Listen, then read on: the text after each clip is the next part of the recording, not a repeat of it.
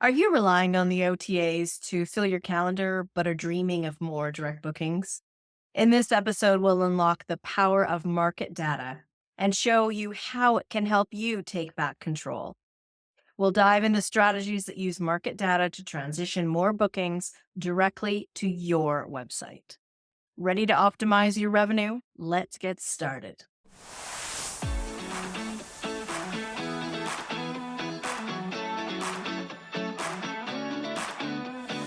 You are listening to the Direct Booking Success Podcast, bringing you all the information you need for your short-term rental to stand out from the crowd. I'm your host, Jen Boyles. As an owner and manager myself, I know how hard it can be to navigate the hospitality industry. I'm here to help, so you too can have direct booking success. Hello and welcome to another episode of the Direct Booking Success Podcast. I'm Jen Boyles, your host. And today I have Mridul Bansal with me. Now, Mridul is a product marketing manager at PriceLabs. He is a big believer in using market data to keep your short-term rental competitive, regardless of how guests book with you. So welcome, Mridul. How are you? Hi, Jen. I'm great. Good to be here. How are you? Great. It was so wonderful to have PriceLabs as a sponsor at this year's Direct Booking Success Summit.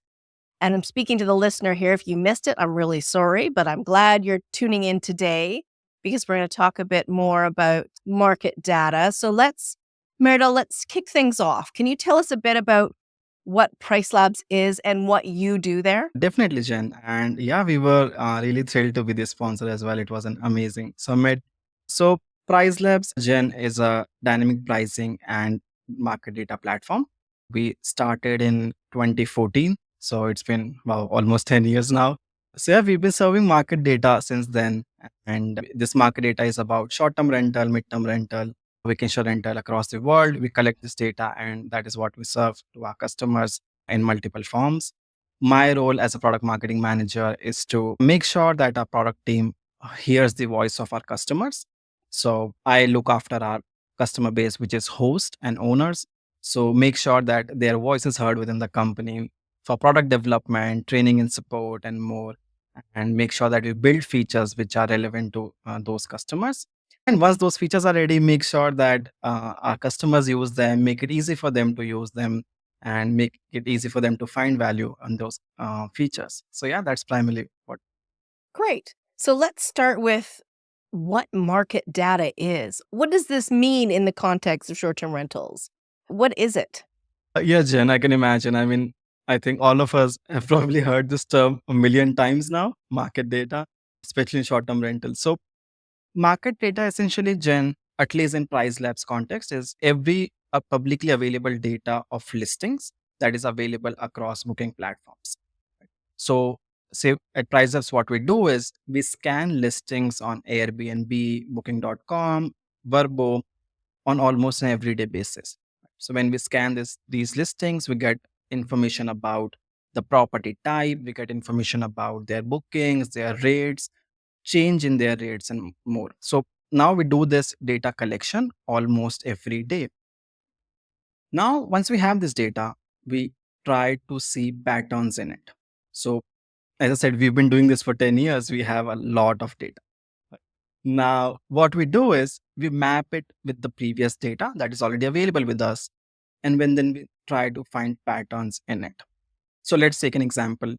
I see bookings for December 2024, right? So today we scanned and we saw how many bookings are there for a neighborhood for 2024 December. Then we will map it with December 2023. We'll map it with December 2022. And we'll essentially see what is the change and what is the pacing, as we call it, in this data, right? Now, as just to repeat myself, this is how we find patterns. This is how we see how this year's December is doing as compared to previous Decembers. And then by finding these patterns, we try to find seasonality, we try to find perhaps local events.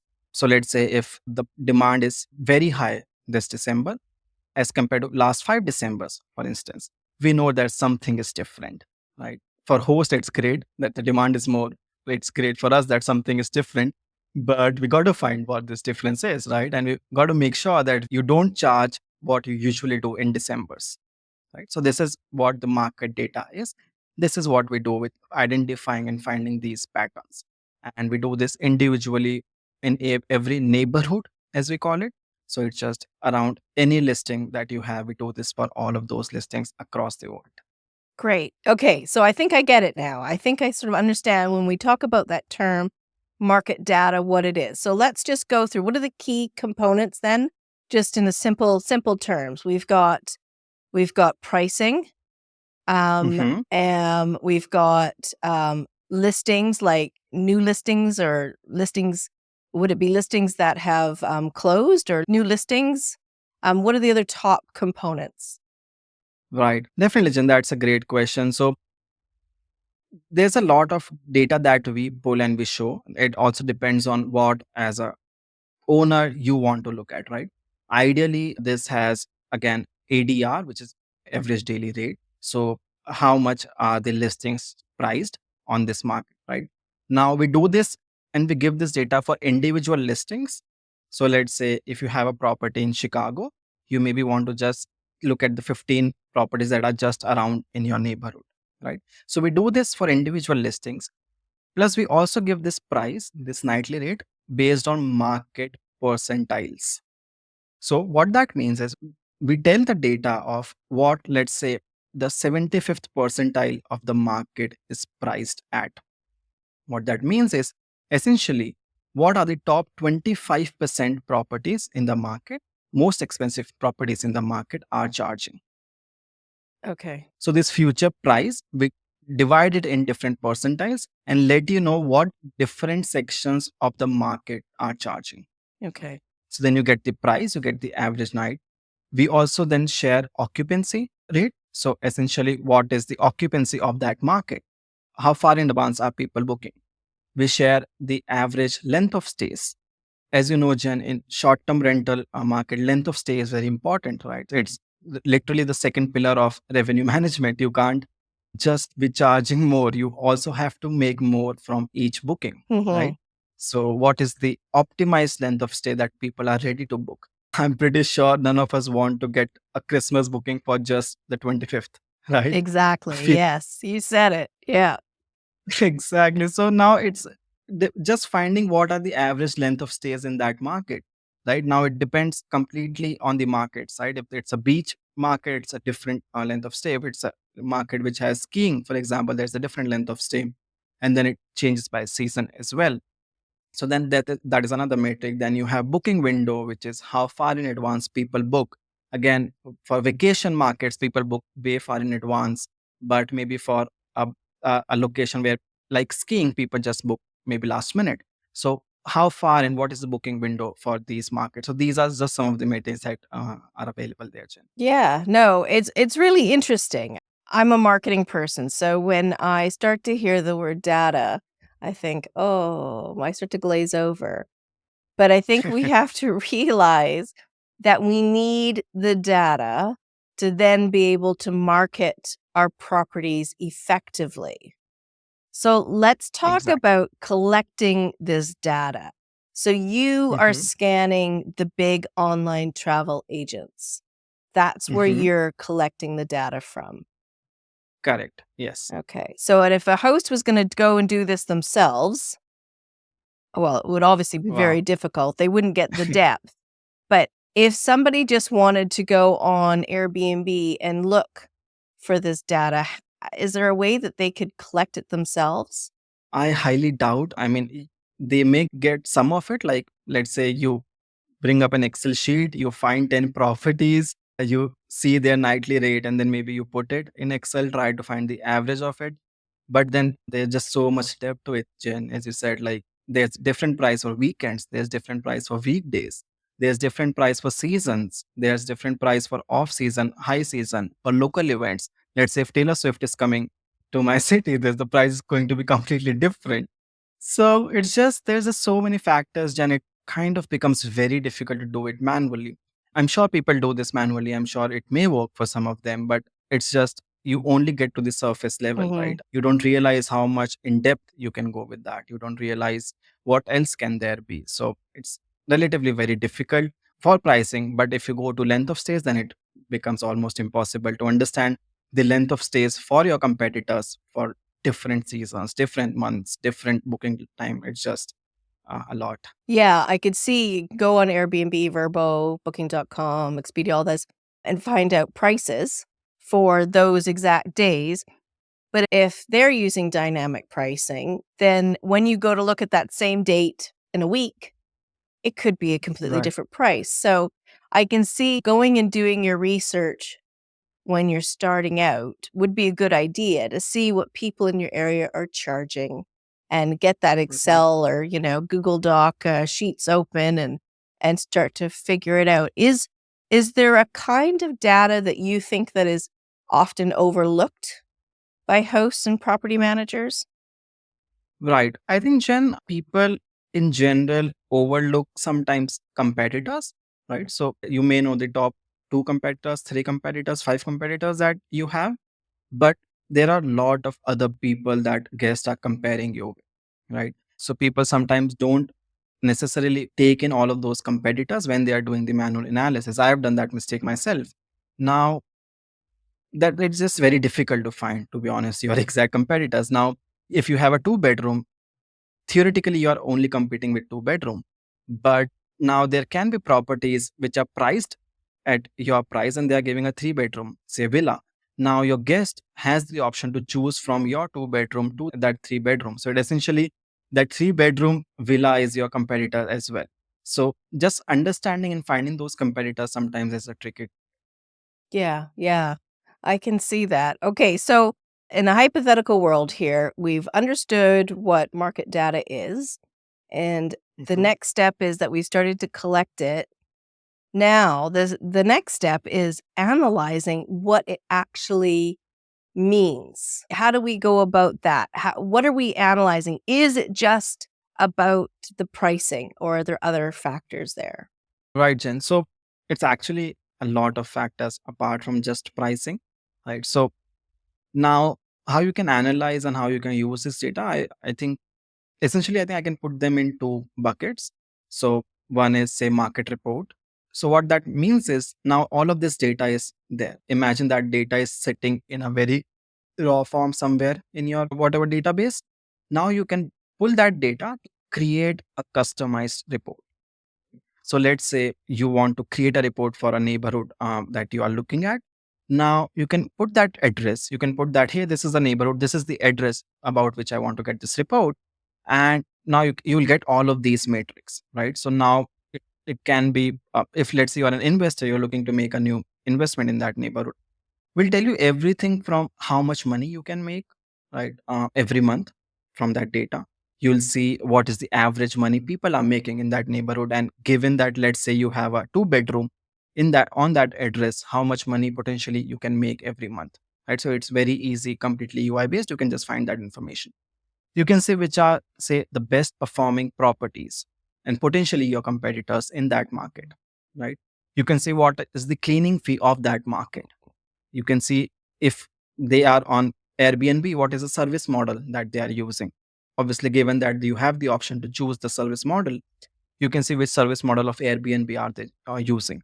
So essentially, it gives you almost everything that you need to know before making that investment. It helps you clear your expectations. It helps you know what's coming for you. Yeah. Okay. I got it. So we Right. want to be able to use this data to help us stand out, our website stand out in such a competitive market. Okay. Let's look at a scenario here. We're listing on some of the OTAs, but we also have our website and we really want to drive more direct bookings. How Mhm. can we use this market data that we've gathered, we've analyzed? How can we use it to help stand out? Definitely, Jen. So that's where the second bucket comes in, right? Let's talk about operations first. So if you're using a website, if you are also present on OTAs, booking platforms, you possibly use a PMS or a property management system, right? Because a lot of PMSs offer to connect with their website. So essentially, I would assume you are updating your prices on your website through a property management system, right? So what you can do is you can dynamically update rates on your website and on those booking platforms based on this market data, right? Now, of course, I'll explain what that means. So dynamic pricing, I think sometimes is a very, again, similar to market data. They're I've one of heard those dynamic. terms, isn't it? You throw It around is. market data, dynamic pricing. It's like, yes, but what does it actually mean? Say you have this market data, right? You have so much about the market already. Now, PriceLabs, once you connect your property, or once you connect your listings to PriceLabs, PriceLabs fetches information about your bookings performance. So about your listings performance, we get the information. Now, what we do is, now let's say there are a couple of steps. We analyze the market data, which is we scanned it through major booking platforms. We found patterns in it. Now, once you connected your listing to PriceLabs, we got the performance of your listing. So we know in the past, let's say for the last 6 months, what has been your occupancy rate. We know that for the next 3 months, what is your occupancy? How many days do you have booked for the next 3 months? So now this market data, again, I'm sorry to be using that word No, again it's and good. again. It's good. So now you have this market data, you have your properties performing. Both of these are clubbed along with the third factor of your preferences, right? Do you really want more bookings? Do you really want more occupancy, or do you really want more higher ADR? So it's really about your preferences. Are you okay to stay unbooked, but you only want, let's say, the top price of the market? Or are you okay to just undersell even if it keeps your property? So you set up some preferences like this. Now, all of this is clubbed to generate a unique price for every night. Now, you have the data, you have the patterns, you have your property performance, you have your personalizations. All of these combined would work every night for you to generate a custom price for your listing. And now, operations wise, I'm sure we as hosts don't have time to now, okay, you've given me a price, let me just go and update it on my booking platforms, update it on my website. Now, the operations part that I mentioned, now it goes to your PMS automatically every day, and then it goes to your booking platforms, to your website, anything that you're using, and it updates the prices there. Okay. Okay. So this is what automation comes in. This is where you get this direct price, which goes straight to your booking platforms and to your website. And now this is where the dynamic pricing factor comes in. Okay. I think I've got it. So, for hosts, property managers who rely heavily on the OTAs like Airbnb, but want to increase direct bookings, how can the market data, the dynamic pricing, all of this information for them, how can it help them transition more bookings to their own platforms? What's the strategy there to get more bookings on their website? So I would say the first part is, of course, to be dynamic, even on your website and on booking platforms, right? So make your price vary with demand that we just saw, based on the market data, based on the market demand, the local events, the seasons, the weekdays, booking window, so many factors. Make your price move based on those factors, right?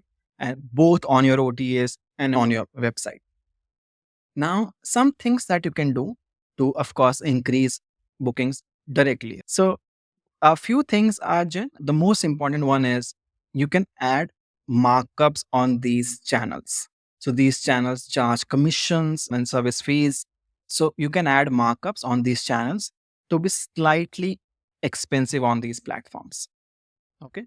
So mind you, now you're still moving dynamically. So let's say today you're priced 100, tomorrow you're priced 120, day after tomorrow you're priced maybe 125. You can do that on channels based on demand, but just say add a markup of 10%. So now on Airbnb, instead of 100, you are for 110. Instead of 120, you are for 132. So you are still moving with the demand. You're still making the most out of the market. You are still making the maximum revenue that you can, but you are slightly cheaper on your website or slightly expensive on booking platform, so that people, when they are comparing, they come and then they find you slightly cheaper on your website. And again, it doesn't lose revenue for you because OTS charge you commissions, right? And that's the reason that we are coming to direct bookings. One of the reasons we are coming to direct bookings. So You can still be expensive, you can make money, and you can still be dynamic. So that's one of the things that you can do to increase the rankings. Okay, so let me talk this through with you to make sure that I've got it. So we're using the market data to find out about the industry, our neighborhood, our competitors. We're analyzing it to see how it can affect our business. And then we're using the dynamic pricing that has got its data from the market to then move our prices up and down dynamically. That's where the word dynamic comes in. Making sure that the OTAs, the pricing there is more expensive. So the best deal is always on our website. And then we have to tell everybody about it, don't we? Exactly. Of course, Jen. Then you do your marketing, let everyone know, maybe have unique names and stuff like that. And then people will come and then they will hopefully find it cheaper on your website. And then now they probably don't know that you're moving dynamically. You can still make the most out of the market and the situation, but being cheaper on your website. So that's exactly. Yes. And you've got the market data behind you about lengths of stay. So if you're sitting around and you're saying, okay, I really want 5-night stays, that's really what I'd like. But then you find out that your bookings are suffering because in your market, in your area, your neighborhood, a 2-night maximum, that's what people are wanting. So I can see why it's not always price that the bookings aren't coming in. Exactly, Jen. And talking a little bit more about that, it's actually, it doesn't have to be static as well, right? It doesn't have to be just based on your market once, because again, we need to add the word dynamic here as well, right? So you can, let's say for your neighborhood, for your market, the ideal is 2 days default, but that can vary. For example, for Christmas, as we spoke, I'm pretty sure we don't want a 2-day booking for Christmas either, right? So now that can again vary based on demand. That can again vary based on seasons, based on local events. Again, for Taylor Swift, if there's a 3-day concert and everything, I want a longer booking.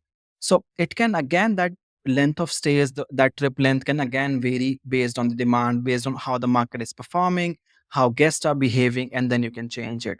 One another thing I really like about this, Jen, is the booking window, which means how far in advance the booking is. So if someone is booking my calendar, let's say 4 months in advance, I really don't want to take a 2-day booking or a 1-day book, right? I don't want to block just a date in my calendar and potentially losing on a 7-day booking. That's just how I work. That's just how I think. Maybe someone has a different approach.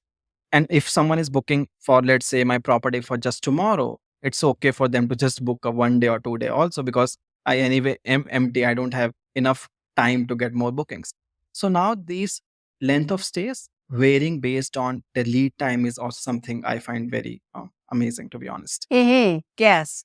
And I guess another way of driving the direct bookings is using that market data and saying, okay, people in this area at this time of year are booking 3 months out.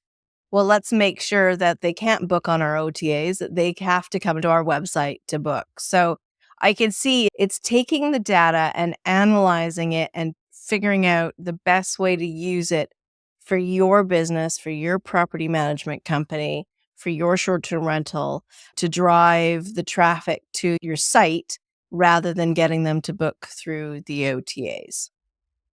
Exactly. And that's the eventual goal. Yes. Awesome. Well, I've learned a lot today. Thank you so much for coming on. Again, thank you for sponsoring the Direct Booking Success Summit this year. It was wonderful to see you there. Amazing presentation. And you've got a special offer for those listening right now, don't you? I do, Jen. I do. But before that, thanks again for having us there. It was indeed a pleasure. The success was great. We are actually hosting a webinar, which is specifically just for the listeners of this podcast.